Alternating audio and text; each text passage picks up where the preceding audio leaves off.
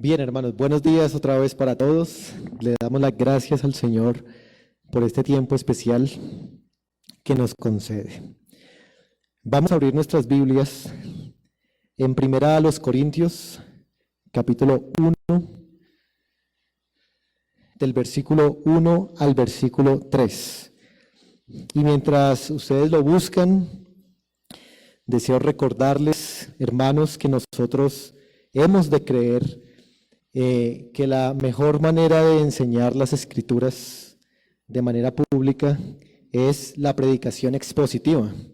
¿Qué es eso? Es aquella que expone lo que el pasaje trata de decirnos y no lo que el predicador quiere tratar de decirnos. De manera que hoy vamos a iniciar nuestra predicación expositiva en el libro de Corintios, la primera carta. Vamos a continuar dentro de 15 días y hoy vamos a estar analizando del versículo 1 al versículo 3. De manera que vamos a leer, hermanos, este pasaje para así poderlo analizar. Primera a los Corintios, capítulo 1, del versículo 1 al 3. Dice así el Señor: Pablo, llamado a ser apóstol de Jesucristo por la voluntad de Dios, y el hermano Sóstenes, a la iglesia de Dios que está en Corinto, a los santificados en Cristo Jesús, llamados a ser santos, con todos los que en cualquier lugar invocan el nombre de nuestro Señor Jesucristo, Señor de ellos y nuestro. Versículo 3. Gracia y paz a vosotros, de Dios nuestro Padre y del Señor Jesucristo. Amén. Vamos a orar. Señor, a ti sea la gloria por inspirar, por traernos esta carta, una carta que habla mucho de la iglesia. Y hoy que iniciamos, Señor, nuestro estudio expositivo, te pedimos que tengas misericordia, igual que siempre, para que tu palabra penetre no solamente en nuestra mente, sino en la misma alma, Señor, y produzca los cambios que necesitamos. Oh Señor, líbranos de la distracción y que tu Espíritu Santo, Señor, nos guíe en este estudio. En Cristo Jesús te lo pedimos. Amén. Quisiera iniciar, hermanos, diciendo lo siguiente, y es: ¿por qué los apóstoles estaban tan interesados en las iglesias del primer siglo? ¿De dónde nacía ese anhelo por tratar de aconsejarles y tratar de que las iglesias del primer siglo fueran lo más santas posibles? Y una de las razones por las cuales los apóstoles tenían un alto interés por la iglesia local era porque ellos tenían un alto entendimiento de lo que era la iglesia local. En otras palabras, los apóstoles tenían una alta eclesiología, es decir, un entendimiento muy elevado de lo que es la iglesia. Por tal motivo, ellos estaban interesados en las iglesias del primer siglo. Ese entendimiento y ese interés hacia la iglesia fue lo que llevó a los apóstoles a escribir todo un canon que nos ha llegado hasta hoy. Es decir, tenemos un texto del Nuevo Testamento porque los apóstoles estuvieron interesados en las iglesias locales. Si no hubiese habido ese interés en la iglesia, pues careceríamos de un Nuevo Testamento. Pero parte del Nuevo Testamento, desde una perspectiva humana, un interés que los apóstoles tuvieron por solucionar asuntos de la iglesia. En otras palabras, tenían una alta eclesiología. De manera que eso es lo que quiero que consideremos en esta mañana, basados en estos 3 versículos. versículo, iglesia local, es lo que nosotros tengamos un elevado interés por la misma. Es decir, que si no tenemos un entendimiento de lo que es la iglesia, pues tampoco vamos a estar tan interesados en ella. De manera que la pregunta correcta no es ¿por qué no tengo interés en mi iglesia local? Esa no sería la pregunta correcta. La pregunta correcta es ¿entiendo realmente lo que es la iglesia local? Porque dependiendo de mi entendimiento de la iglesia local, entonces asimismo tendré un interés por la iglesia local. Y eso es lo que vamos a estudiar hoy. Ahora, permítanme hacer una pregunta más. Y es la siguiente. ¿Estarías tú interesado en ayudar, en apoyar, en pertenecer a una iglesia que, por ejemplo, hace o tiene divisiones entre sus miembros? ¿Estarías tú interesado en estar con una iglesia que tolera el pecado? ¿Estarías tú interesado en estar en una iglesia que practica la inmoralidad sexual? ¿Estarías tú interesado en participar de una iglesia que participa de eventos dedicados a dioses paganos o falsos? ¿Estarías tú contento o interesado en una iglesia que, por ejemplo, menosprecia la cena del Señor? ¿Estarías tú en una iglesia que menosprecia la autoridad de sus líderes y que niega doctrinas tan fundamentales como la de la resurrección de Cristo? La respuesta es no. Yo no quisiera estar interesado en una... Pablo y otros estaban muy interesados en una iglesia con todos estos pecados, porque precisamente esta lista de pecados que acabo de describir son los pecados que Pablo quiere corregirle a la iglesia de Corinto. Todos estos síntomas, todas estas enfermedades eran los pecados de la iglesia de Corinto, a los cuales Pablo, en compañía de otros hermanos, va a solucionar. Así que, aunque nosotros no estuviésemos interesados, los apóstoles sí estaban, y hay mucho que aprender entonces en ese sentir de ellos. Vamos entonces, hermanos, habiendo dicho esto, a distribuir esta enseñanza en tres partes principales. En primer lugar, analizaremos el versículo 1, en segundo lugar, el versículo 2, y en tercer lugar, el versículo 3. Vamos a tratar de distribuir la enseñanza así. Así que en primer lugar, analicemos el versículo 1, viendo quiénes son los que estaban interesados en solucionar estos problemas y pecados con P mayúscula de la iglesia de Corinto. Leemos allí: Pablo, llamado a ser apóstol de Jesucristo por la voluntad de Dios, y el hermano Sóstenes. Aquí tenemos dos hermanos. En primer lugar, desde el liderazgo, el apóstol Pablo es quien encabeza el interés para que esta iglesia local de Corinto sea una iglesia santa y sea edificada. Pablo se presenta en esta epístola como apóstol, es decir, que esta carta primera a los Corintios, hermanos, es una carta que tiene el sello de autoridad apostólica. ¿Eso qué quiere decir? Que es vigente no solamente para la iglesia del primer siglo, sino también para nosotros hoy y para toda la iglesia a lo largo de todas las épocas. De manera que esta carta tiene la autoridad apostólica. Pero también vemos que Pablo se describe a sí mismo no como siendo constituido o no como siendo autoproclamado apóstol. O sea, él no llegó y dijo, bueno, yo quiero ser apóstol, yo mismo me autoproclamo apóstol, sino que él explica aquí que su apostolado se deriva de una autoridad mayor.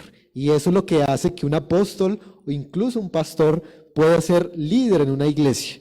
No porque se autoproclame como muchos hoy en día hacen, sino porque son constituidos por una autoridad superior. ¿Quién es el que ha constituido a Pablo como apóstol, según el pasaje. En primer lugar, de Jesucristo. En segundo lugar, por la voluntad de Dios. Es decir, que el apóstol ha sido comisionado directamente por la persona de Jesús. ¿Qué más autoridad que esa? Para delegar también autoridad a Pablo. Y por la voluntad de Dios. Es decir, no era la voluntad de Pablo lo que lo guió a ser un apóstol. Él, seguramente siendo fariseo y persiguiendo a la iglesia del Señor, nunca se imaginó que terminaría siendo un apóstol. Así como seguramente los pastores, la mayoría de ellos, por lo menos con los que yo he podido conversar en algún momento, nunca se imaginaron que terminarían siendo pastores. Porque el liderazgo en una iglesia es un llamado derivado de Dios y establecido por el Señor. De paso, el apóstol también está tratando un asunto aquí, y es que la iglesia de Corinto no reconocía el apostolado de Pablo. Así que desde el principio Pablo dice, yo soy un apóstol no autoproclamado como seguramente los que hay en Corinto, sino uno que ha establecido el mismo Señor Jesucristo. Así que Pablo está interesado porque está escribiéndole a la iglesia local de Corinto a pesar de lo que la iglesia está practicando. Pero vemos allí otro hermano. ¿Quién es? Sóstenes. Este hermano es muy probablemente aquel hermano que se menciona en Hechos capítulo 18, el cual es un principal de la sinagoga en ese tiempo. Aquí ya no es principal de la sinagoga, aquí ya es un hermano. Cuando Pablo escribe la carta primera a los Corintios, estamos ubicados por allí en el año 55 y estamos en Éfeso. Y en Éfeso Pablo estaba junto con Sóstenes escribiendo esta epístola. Y seguramente Sóstenes también está preocupado por la situación de la iglesia. Así que no solamente es el líder el que se preocupa por la iglesia, sino que también este hermano está altamente preocupado por la situación de la iglesia local. Pero también hay otros hermanos. Miren el capítulo 1, el versículo 11. Dice allí, dice Pablo, porque he sido informado acerca de vosotros, hermanos míos, por los de ¿qué? De Cloé. Es decir, que hay otra familia en Corinto que también estaba preocupada por la santidad de la iglesia. ¿Quién era? La familia de los de Cloé. Esta familia de los de Cloé habían detectado los problemas y los pecados que había en la iglesia y le informaron, muy posiblemente por carta a Pablo, que en la iglesia habían divisiones y habían problemas de inmoralidad sexual. Pero no solamente fueron estos hermanos, sino que en el 7.1, permítanme ir allá y acompáñenme al 7.1, encontramos también que la misma congregación estaba preocupada. Dice el versículo 1, en cuanto a las cosas de que me escribisteis. Bueno, y Pablo ahí empieza a hablar. Noten que la iglesia de Corinto le había mandado correspondencia al apóstol Pablo. Entonces la misma iglesia ya estaba preocupada por algunas situaciones y le escribe una carta a Pablo para que Pablo responda a algunas inquietudes que ellos tenían. De manera que la carta a los Corintios, hermanos, podemos dividirla de esa manera.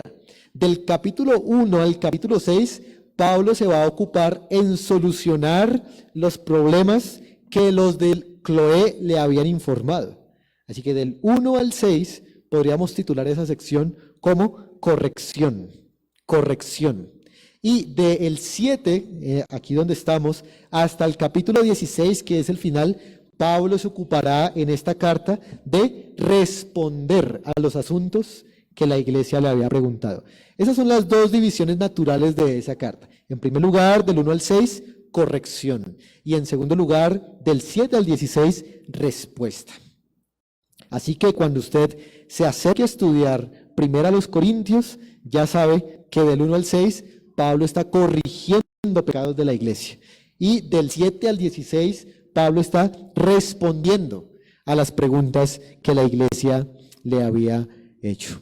Y lo que quiero demostrar aquí, hermanos, es que cuando una iglesia está en pecado, no solamente el líder es quien debe preocuparse, sino que los miembros de la congregación también deberían preocuparse e incluso informar. Hermanos, los líderes de la iglesia no son omniscientes. Nosotros no tenemos la capacidad para ver si algún hermano o hermana anda en algún pecado. Pero otro hermano de pronto sí tiene la posibilidad de ver las malas andanzas de aquel hermano.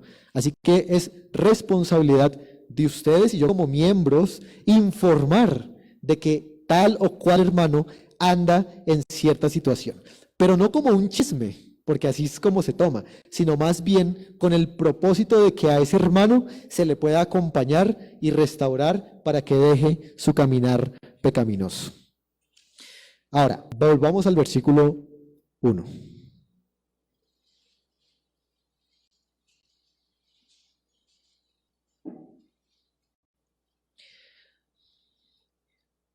Vamos a leer ahora la primera parte del versículo 2, pero todavía estamos en el primer punto de esta enseñanza. Dice la primera frase del versículo 2, a la iglesia de Dios que está ¿en dónde? En Corinto. Entonces, los destinatarios de esta epístola son la iglesia de Dios que está en Corinto. Analicemos primero Corinto. Corinto era una ciudad que, por lo menos para efectos de nuestro estudio, tiene tres características. En primer lugar, Corinto era una ciudad altamente comercial. Corinto tenía 2 puertos en los cuales se permitía mucho el comercio. Venían muchas personas de muchos lugares y Corinto entonces era una ciudad que no tenía una cultura o identidad propia, sino tenía una cultura muy mezclada porque muchas personas venían allí. Ese mismo asunto comercial permitía que las personas que iban a Corinto practicaran mucha inmoralidad sexual, ya que en Corinto habían unos templos, por ejemplo, el de la diosa Afrodita, que contaba con más o menos, dicen los historiadores, 1000 sacerdotas que se dedicaban a la prostitución ritual, las cuales ofrecían sus servicios a todos aquellos comerciantes que venían de otros lugares. Por lo tanto, la iglesia de Corinto se convirtió en un centro no solamente de comercio de víveres, sino en un comercio de prostitución supuestamente dedicado a estos dioses. Pero también en la historia se ha dicho que uno de los términos con los cuales se describía la inmoralidad sexual en Corinto era corintianizar. Corintianizar. Cuando ellos decían, vamos a corintianizar, ya sabían que era ir a Corinto a practicar inmoralidad sexual con aquellas mujeres de los templos que estaban dedicadas a la prostitución. Pero hay otra cosa más de Corinto, además de ser comercial, además de ser inmoral, también era una ciudad altamente idólatra. Una ciudad donde había muchos templos dedicados a diferentes dioses. Y con esto en mente ya podemos entender por qué es que Corinto tenía tantos problemas a nivel local. Y era porque la cultura, y no la cultura en el buen sentido, porque la palabra cultura significa cultivar lo bueno de una sociedad. Pero en el caso de Corinto habían cultivado pecado e inmoralidad. Y esa cultura pecaminosa, no buena, pecaminosa, había metidose en la congregación de Corinto. Y vamos a ver cómo Pablo trata más tarde esto. Ahora, noten que el versículo 2 al principio también dice, a la iglesia de Dios, a la iglesia de Dios. Hermanos, aquí hay algo muy interesante, y es que a pesar de toda la conducta pecaminosa de la iglesia de Corinto, Corinto es descrita como la iglesia de Dios. Y eso nos enseña algo, nos enseña a no menospreciar otras iglesias solamente porque en su práctica tengan algunos pecados. porque puede que también sean iglesia de Dios. Si nosotros miramos esta lista de pecados de la iglesia de Corinto, diríamos, no es iglesia de Dios, no es iglesia de Dios. Pero Dios dice, a través de Pablo, sí es iglesia de Dios. Por eso debemos incrementar nuestro entendimiento de lo que es iglesia local, para entender que como mientras que en la práctica Corinto estaba desviada, seguía siendo todavía la amada iglesia del Señor. La palabra iglesia que encontramos en el versículo 2 significa, como bien ustedes saben, hermanos, los llamados, los regenerados, los que han sido llamados a hacer asamblea para rendir adoración a Dios, los que han sido unidos bajo Cristo, bajo un Señor. Pero quiero que miremos, hermanos, que hay algo muy interesante aquí y es esa expresión de Dios, a la iglesia de Dios. Esta iglesia es propiedad de Dios. Eso significa el de ahí. Esta iglesia de Corinto, con todas sus malas prácticas, es iglesia del Señor, pertenece a Él. Él la está edificando, Él ha derramado gracia sobre ella, Él ha impulsado a Pablo y a Sóstenes para que escriban a esta iglesia, porque ellos también han entendido que esta iglesia es la iglesia de Dios. Así que esto nos enseña a no rendirnos nunca con ninguna iglesia, así sea que su pecado haya incrementado. Ahora, algo adicional, hermanos, que quisiera comentar aquí, es el método que Pablo utiliza para corregir el pecado en esta congregación. A lo largo de toda la epístola, uno puede detectar una metodología que Pablo utiliza para corregir los pecados de esta congregación. Y uno pensaría que Pablo utilizaría un método complejo, un método difícil, pero el método que uno detecta es el Evangelio. Es decir, a cada pecado de la iglesia de Corinto, como lo vamos a ver después, Pablo recuerda el Evangelio. Permítanme darles un ejemplo para tener una idea de lo que esto es. Ahí en 1 Corintios capítulo 6, que es desde el capítulo 5, un capítulo o dos capítulos que nos hablan acerca de la inmoralidad sexual, Pablo escribe algo muy interesante en el versículo 20. 1 Corintios 6, 20. Miren cómo Pablo corrige el problema de inmoralidad sexual con el Evangelio. Versículo 20. Porque habéis sido comprados por precio. Glorificad pues a Dios en vuestro cuerpo y en vuestro espíritu, los cuales son de Dios. ¿Cuál es el argumento de Pablo para corregir la inmoralidad sexual? Pues recuérdense que Cristo los compró no solamente en espíritu, sino también los compró en cuerpo. La redención del Señor es una redención completa, es una redención plena, integral, que no solamente incluye el alma, el espíritu, sino que también el cuerpo. Y como ustedes ahora han sido comprados por el Señor, deben ser santos también en cuerpo. Así que les recuerda el Evangelio para solucionar el problema de inmoralidad sexual. Por eso, en la consejería, en la consejería ocasional, intencional o como sea, siempre debemos recordar el Evangelio. Todo consejo que demos debe estar ligado a recordar que Cristo ya pagó y que nosotros debemos ser diferentes a lo que éramos antes. Así que, hermano, ¿qué tan interesado estás tú por tu iglesia local? ¿Tienes un alto interés o un pequeño interés? Es tu responsabilidad como miembro informar, intervenir, estar pendiente de cómo va la santidad en tu iglesia local. Muchos dirían hoy, especialmente este cristianismo popular, que no se ha de juzgar, que no tenemos que juzgarnos, que hay que dejarnos que cada quien mirará qué hace. Pero el Señor Jesucristo, por ejemplo, en Juan 7:24 dice, no juzguéis según las apariencias, sino juzgad con justo juicio.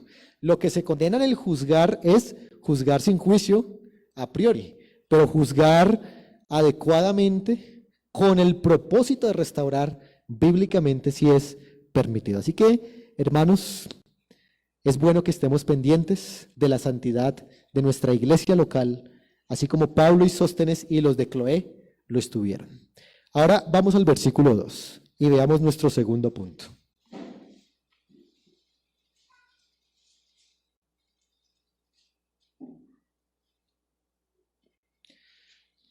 En el segundo punto aprenderemos sobre el entendimiento que debemos tener de la iglesia local. Ya vimos quiénes estaban interesados, pero ahora vamos a ver el entendimiento que se debe tener de la iglesia local. ¿Qué es la iglesia local? Pablo responde, a los santificados en Cristo Jesús, llamados a ser santos. Por ahora esas dos frases. Primero, la iglesia son los santificados en Cristo Jesús y tiene un llamamiento, llamados a ser santos. Analicemos pues la primera frase, santificados en Cristo Jesús. La iglesia de Corinto necesitaba recordar que ellos habían sido santificados. La palabra o la idea de santificados aquí es la idea de que ellos en un momento determinado fueron apartados y lavados por el Señor Jesucristo.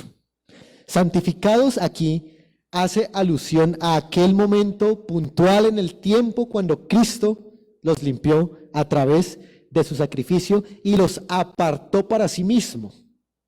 De santificación aquí significa ese momento cuando el Señor, lavándolos, los apartó para sí mismo. Y es muy importante que la iglesia de Corinto recordara eso.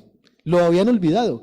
Una vez más, Pablo les está recordando el Evangelio en el segundo versículo. Hermanos, es muy importante que nosotros, como creyentes, cada día estemos recordando el Evangelio, porque todo asunto de nuestra vida debe estar centrado en el Evangelio. No podemos desconectar nada del Evangelio y de la obra que Cristo ha hecho. Y por eso Pablo les recuerda aquí que ellos han sido santificados, lavados por Cristo. Es el Evangelio mismo.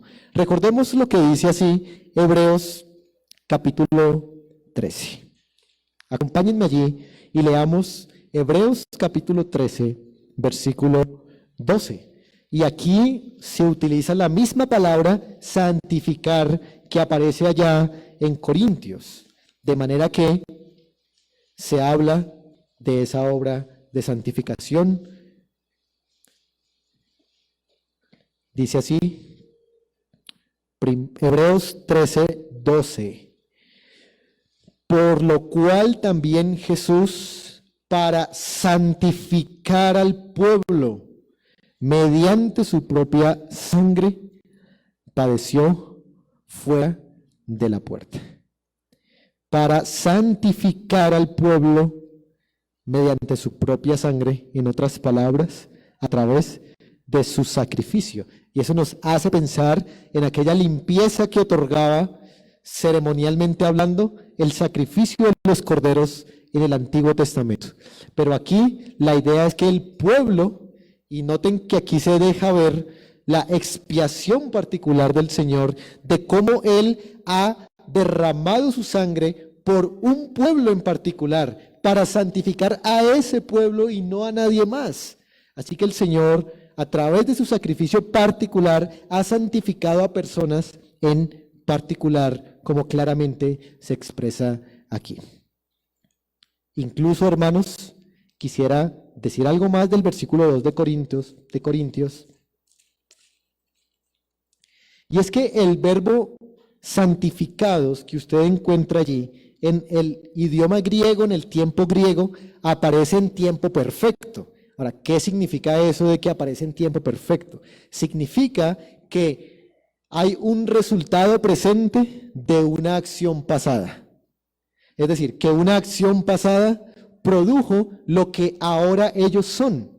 Entonces, ¿cuál fue esa acción pasada? Pues la obra de Cristo en la cruz fue lo que hizo que ahora ellos se mantengan en ese estado o en esa posición de estar apartados para el Señor. Así que Pablo les recuerda que ellos son santificados en Cristo Jesús, es decir, en unión con Cristo. Pero también les dice, llamados a ser santos. Entonces no solamente les recuerda su posición, sino que también les recuerda el llamamiento que el Señor les ha dado. ¿Y cuál es el llamamiento que todos los miembros deberían perseguir por igual? Ser santos, ser santos. Llamados a ser santos. Permítanme darles 5 características de este llamamiento con base en este pasaje. En primer lugar, este llamamiento es un llamamiento individual. Noten que el texto dice, la iglesia llamada a ser santa, como si estuviese hablando de ella corporativamente, sino llamados a ser santos, como si hablase de cada uno en particular.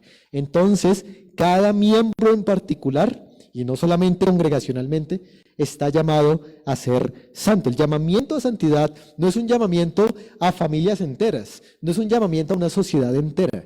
El llamamiento a santidad es un llamamiento a personas por individual, porque si la persona es santa, pues la familia va a ser santa. Si la familia va a ser santa, en la medida de lo posible, la iglesia va a ser santa y así va a impactar a la sociedad. Pero este llamamiento es un llamamiento individual.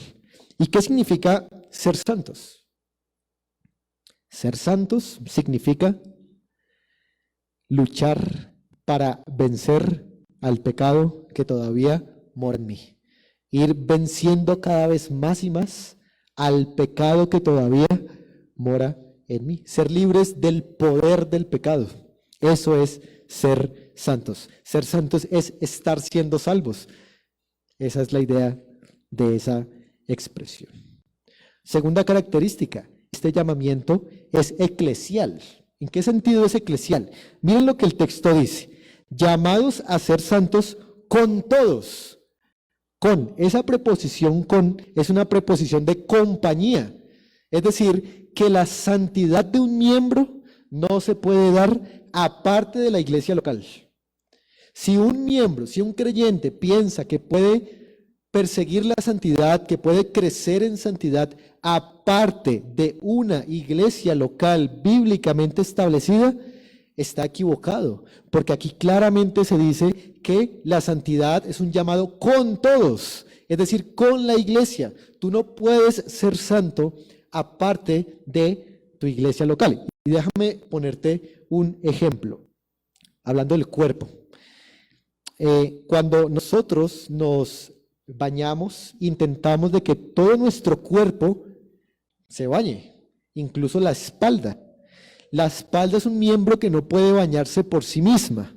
Necesita la ayuda de la mano para bañarse. De la misma manera, nosotros somos como espaldas que necesitamos la ayuda de otros miembros para lavarnos. De manera que es necesario la iglesia local en la santificación. Si un miembro, si un creyente puede vivir sin iglesia local, es igual a que no es santo, porque la santidad solamente se puede dar dentro de la iglesia local, de manera que el llamamiento es eclesial. Y una de las cosas, dicho sea de paso, en las cuales la iglesia toda se va a ayudar a la santidad es a través de la disciplina eclesial. La disciplina eclesial. Pero cuando lleguemos al capítulo 5, hablaremos en detalle de ese asunto. Tercera característica, este llamamiento es inexcusable. Miren lo que dice el versículo 2. Llamados a ser santos con todos los que en cualquier lugar, no importa el lugar donde tú estés, no importa si estás en una ciudad tan pecaminosa como la de Corinto o como la de Bogotá, no importa si estás en una universidad o en un estado que ha sido declarado ateo, tú tienes que ser santo, sin importar el lugar en el que estés. Y eso es precisamente una excusa que podía poner la iglesia de Corinto. No, pues que es nuestro modo de vivir culturalmente hablando. Así lo hace la sociedad, entonces también quisimos traer eso a la iglesia. De ninguna manera. Pablo dice, la santidad no depende del nivel de moral que haya en la sociedad. La santidad depende del llamado que está haciendo el Señor y del estándar que ha puesto el Señor. Pedro dice, sed santos porque yo soy santo. ¿Cuál es el estándar de santidad que el Señor ha puesto? El mismo Señor. El mismo Señor. No es una santidad igual a la de mi ciudad, sino es una santidad que tiene como estándar al Señor Jesucristo mismo. De manera que no hay excusa para nadie de que puede ser más santo que otro dependiendo del lugar en el que está. En cuarto lugar, este llamamiento es evangélico. Miren lo que dice el pasaje. Dice, con todos los que en cualquier lugar invocan el nombre de nuestro Señor Jesucristo. Los que invocan, este llamamiento es para los que invocan, es decir, para aquellos que le han dicho al Señor, sálvame de mis pecados, Señor. Aquellos que han invocado al Señor para salvación son aquellos a los cuales se les ha mandado a ser santos. Por lo tanto, es un llamamiento evangélico, no es un llamamiento para el inconverso. Al inconverso no se le puede llamar a santidad porque no tiene la obra del Señor en él todavía, pero al creyente sí. El creyente sí es llamado a la santidad, porque el creyente ya ha invocado el nombre del Señor para salvación. De manera que hay que tener cuidado, hermanos, cuando nosotros conversamos con nuestros vecinos, con nuestros amigos, porque en nuestra conversación podemos a ellos invitarlos o llamarlos sutilmente a la santidad y no a Cristo. Primero hay que llamarlos a Cristo, para que estando en Cristo, ahí sí puedan empezar a vivir a santidad. Incluso con nuestros hijos. ¿Qué les decimos a nuestros hijos? Obedece, porque esto no le agrada a Dios. Eso es llamarlo a santidad cuando todavía no es creyente. No hay que decirle obedece porque eso no le agrada a Dios, no. Obedece porque soy tu papá, pero tú eres pecador y necesitas a Cristo. ¿Sí? ¿Me hago entender? Hay una gran diferencia entre llamarlo solamente a la santidad y llamarlo a Cristo, que es diferente. Al inconverso se le llama a Cristo. Al creyente no, al creyente sí se le tiene que llamar a la santidad, como Pablo bien lo hace aquí. De manera que este llamamiento es evangélico y también, hermanos, es evangélico en el sentido de que se podrá cumplir en la medida de la gracia de Dios y no en la medida de nuestra propia moral, de nuestro propio legalismo, sino en la medida que tengamos y que aprovechemos la gracia de nuestro Señor. Es que vamos a poder cumplir el llamamiento a la santidad. Quinta característica. Este llamamiento es imparcial. Miren el versículo 2, al final Pablo dice, Señor de ellos y nuestro. Es decir, el mismo Señor que llama a la iglesia de Corinto a ser santa, es el mismo Señor que tienen Pablo y Sóstenes. Es decir, el llamado es para todo el cuerpo, no solamente para una mano o para el ojo, sino es para todo el cuerpo. Así que, hermanos, un miembro no puede decir, no, porque yo soy miembro, no puedo procurar la santidad porque eso le corresponde al pastor. Él es el que tiene que darnos ejemplo. Y entonces el pastor dice, no, yo como ya soy el pastor, entonces yo no tengo que vivir en santidad, son ustedes los que tienen que hacerlo. Pues ninguna de las dos cosas es verdad. Tanto los miembros como los oficiales de la iglesia deben conjuntamente procurar la santidad y nadie puede excusarse de ello. Por lo tanto, el llamamiento es imparcial, porque es el mismo Señor el que nos llama a lo uno, a los unos y a los otros. Así que, hermano, no importa cuál sea la función que tú tengas, cuál sea el trabajo, la profesión a la que te dedicas, debes ser santo. No importa si llevas 20 años en el Evangelio, si llevas 1, 2, el llamado para todos es igual. Sean santos, sean santos. Ahora, esta santidad se consigue a través de los recursos que Dios da. Y por eso vamos al versículo 3 y veamos nuestro tercer punto allí.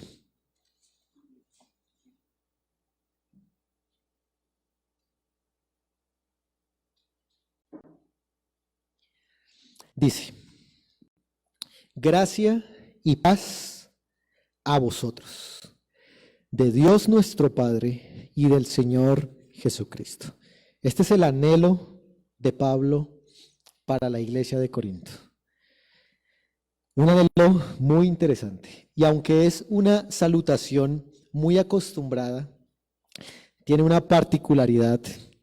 Y la particularidad es que gracia era el saludo que se le daba o que se daba en el mundo griego.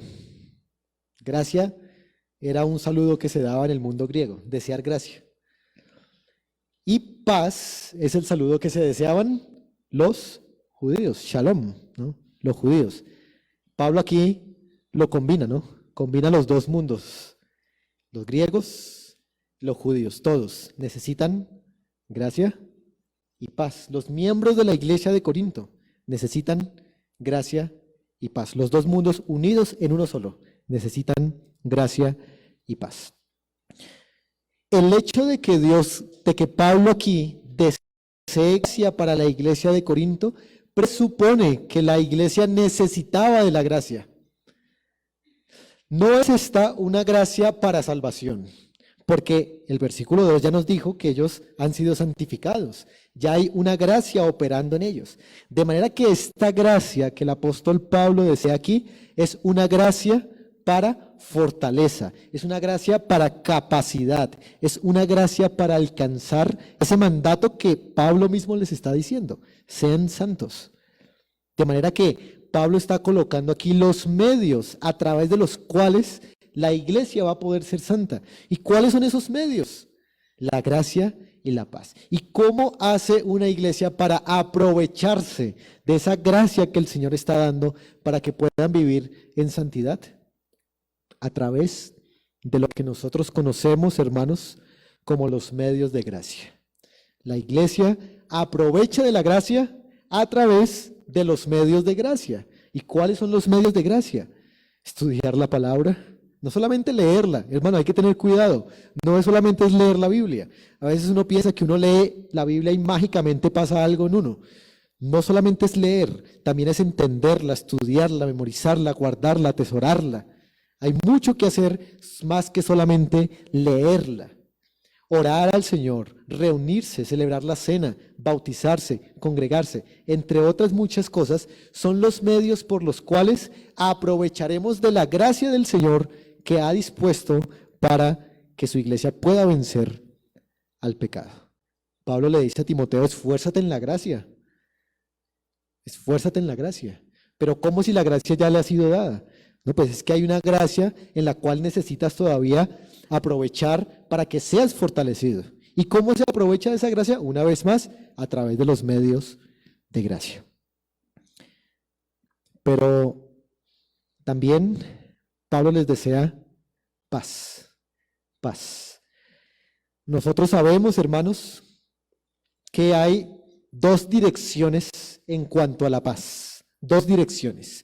Una dirección que es de tipo vertical, que tiene que ver con la paz con Dios, de tipo vertical, y hay una paz horizontal que es paz con los hombres, que nace de la paz de Dios. O sea, primero hay que tener paz con Dios. ¿Y cómo se logra eso? La Biblia enseña, hermanos, que antes de venir a Cristo todos nosotros éramos enemigos de Dios. Y intentaré que se dimensione esto.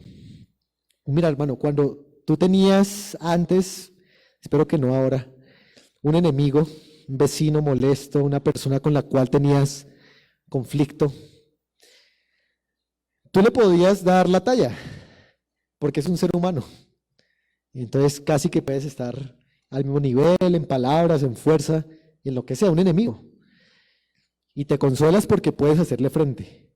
Pero ¿has pensado en que tú eras enemigo del Todopoderoso, de Jehová de los ejércitos, del que solamente con hacer así podría destruir tu alma en el infierno por toda la eternidad? Era tu enemigo y tú eras enemigo de él. Y esto por causa del pecado. Eras enemigo del Señor, pero a través del sacrificio del Señor Jesucristo, Cristo cargó con toda la enemistad que nosotros por muchos años habíamos alimentado. Él cargó sobre sus hombros esa enemistad, ese pecado, y Dios lo castigó, descargando toda la furia, toda la ira santa que Él tenía reservada para nosotros. Y por eso Isaías nos recuerda que el castigo de nuestra paz fue sobre Él. Y así, hermanos, conseguimos la paz vertical.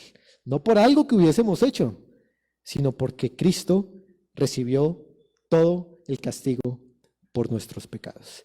Y es ahora en esa experiencia vertical de paz con Dios que nosotros podemos tener paz de Dios y paz también con los demás.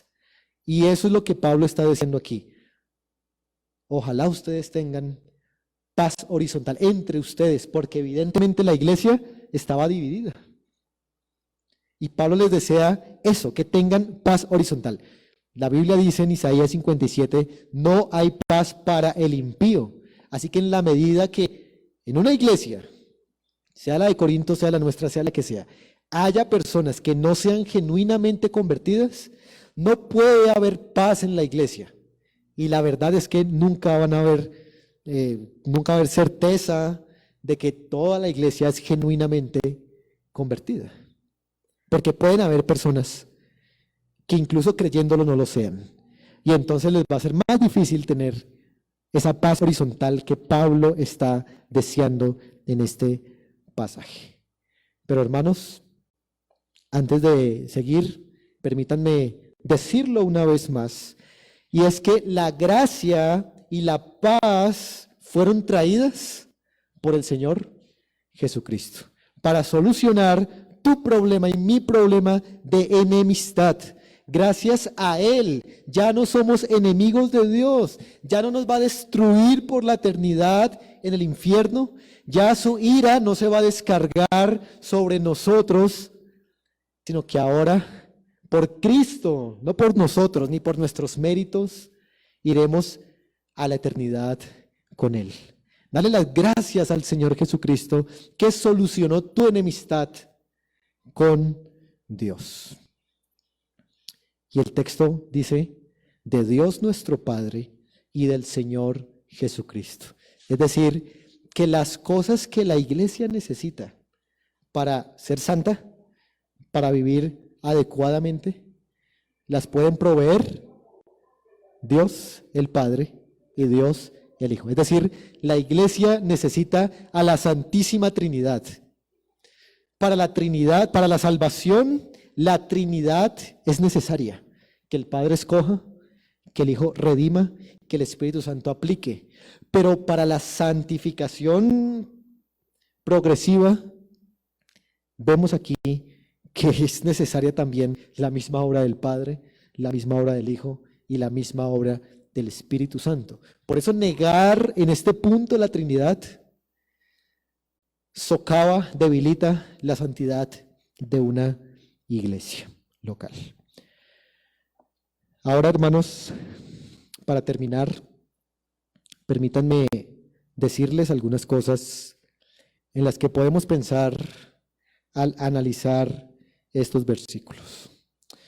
En primer lugar, es muy probable, hermano, que tú tengas falta de interés por tu iglesia, que no te importa la iglesia. Si ese es tu caso, ¿detectaste ya el problema? O sea, el problema no es hacer fuerza para crear interés, no se puede. La manera como tú vas a crear interés, aprecio, amor, preocupación por tu iglesia local es entendiendo qué es la iglesia. Es teniendo una alta eclesiología, para lo cual, hermano y hermana, puedes, por ejemplo, aprovechar muy bien los estudios de los viernes. Conéctate a los estudios de los viernes, porque los estudios de los viernes son eclesiología. Estamos aprendiendo eclesiología para que de esa manera, al incrementar nuestro entendimiento de lo que es la iglesia, la santa de Dios, la santa esposa de Dios, podamos interesarnos genuinamente en todos los aspectos por ella. Así que, hermano, hermana, si tú tienes falta de interés por tu iglesia, has pecado. Eso es un pecado. Has menospreciado a la esposa del Cordero. Has menospreciado a aquella que fue lavada por la mismísima sangre de Dios en el Señor Jesucristo. Así que no menosprecies la iglesia, porque el Señor la ama con toda su fuerza. ¿Cuánto tú la amas? ¿Cuánto tú amas a los miembros de esta iglesia local? En segundo lugar, quisiera decir cómo está o cómo son tus anhelos para la iglesia. ¿Qué es lo que quieres para esta iglesia? De pronto, y no está mal, quieres que haya más dinero, que sea más grande, que sea más bonita, que tenga un aire acondicionado, que tenga un cielo raso. Son anhelos para la iglesia local. ¿Quieres que los miembros sean de otra personalidad, de otro carácter, de otro temperamento? Son anhelos. Pero Pablo nos da un ejemplo de lo que realmente deberíamos anhelar para la iglesia. ¿Qué es? Gracia y paz. Eso es lo que necesitamos para vivir como Dios quiere. Gracia que nos fortalezca y paz entre nosotros. Proveniente, por supuesto, de la paz con Dios. ¿Cómo podrías poner esto en práctica, hermano? Desde hoy en adelante, en tus oraciones, ruega al Señor para que Él conceda gracia y paz a tu congregación local. Porque eso lo necesitamos nosotros. Nosotros no estamos tan lejos de la iglesia de Corinto. Necesitamos gracia y necesitamos paz. Así que clama al Señor por tu iglesia y eso es una manera como tú mismo vas a empezar a interesarte también por tu iglesia local. Y en tercer lugar, una vez más quisiera decir y recordar el Evangelio. Hermanos, esta iglesia, ustedes y yo, hemos sido lavados por la sangre de Cristo. Hemos sido santificados en la sangre del Señor Jesucristo. Desde toda la eternidad, ese fue el plan de Dios. De manera que la iglesia es central, miren, central en los planes y en los propósitos de Dios. La iglesia es la única institución u organismo en el cual Dios ha prometido que la edificará. Dios ha prometido que solamente la iglesia prosperará en el mundo, solamente la iglesia será edificada. No es el mundo el que va a prosperar, es la iglesia la que va a prosperar, porque Dios lo ha prometido. Yo edificaré mi iglesia. Es en ella donde Dios ha derramado gracia, es en ella donde Dios ha puesto la palabra revelada e inspirada para que ella también sea defensora de esta verdad. Aquí está en la iglesia la voluntad del Señor. Hermano, ¿te atreverías tú a menospreciar esto? ¿Menospreciarías lo que Dios ha hecho? Dios ha puesto a la iglesia en el centro de su plan redentor. Nosotros también bien haremos en poner a la iglesia en el centro de nuestra historia. Así que, hermanos, no menospreciemos a la congregación del Señor aquí en Fontibón. Y por último, si hay personas aquí que saben que no son creyentes o que dudan de su salvación, o si hay personas que están viendo esta transmisión y saben que no son creyentes, pues sepan que ustedes han pecado contra el Señor. Sepan que ustedes son enemigos de Cristo y que Cristo por su justicia los va a castigar en el infierno por toda la eternidad. Pero no porque sea cruel, sino porque es justo. Justo. La paga del pecado se instituyó en la Biblia, debe ser la muerte. Por un solo pecado, como fue el de Adán, es necesario una eternidad en el infierno. Y eso nos deja dimensionar lo terrible que es el pecado y lo inmundo que es para el Señor. Pero he aquí, Cristo ha muerto por nuestros pecados en la cruz del Calvario, para santificar a su pueblo, para que nosotros podamos dejar ese pecado y Él nos lave con su sangre. Así que ven a Cristo, arrepiéntete de tus pecados, confía solo en Él, no esperes más, no lo dejes para mañana, porque mañana puede ser tarde. Hazlo ahora mismo, cree en Él, para que hagas parte de su esposa, de su iglesia, la santificada. Arrepiéntete y cree en Cristo, para que seas salvo y no vendrás a condenación. Vamos a orar, hermanos, y damos gracias al Señor por este pasaje. Pongámonos de pie y agradecemos.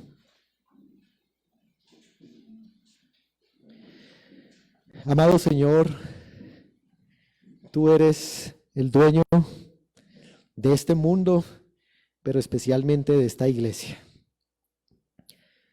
Oh Señor, gracias por ese interés que Pablo tuvo, que Sóstenes tuvo, que la familia de Chloe tuvo, porque nos enseñan mucho cómo vivir también nosotros hoy en nuestra iglesia local. Señor, crea en nosotros un corazón que se interese profundamente por tu iglesia local.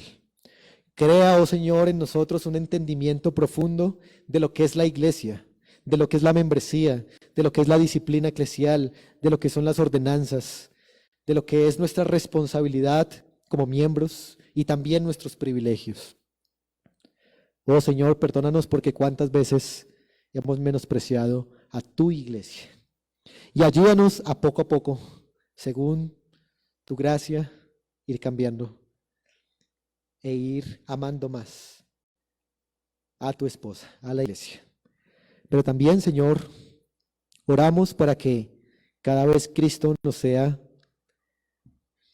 más comprendido, Señor, que podamos conocerlo mucho más y conocer también a su iglesia, su naturaleza, sus propiedades, su organización, sus miembros. Oh Señor, cuánto necesitamos aprender más.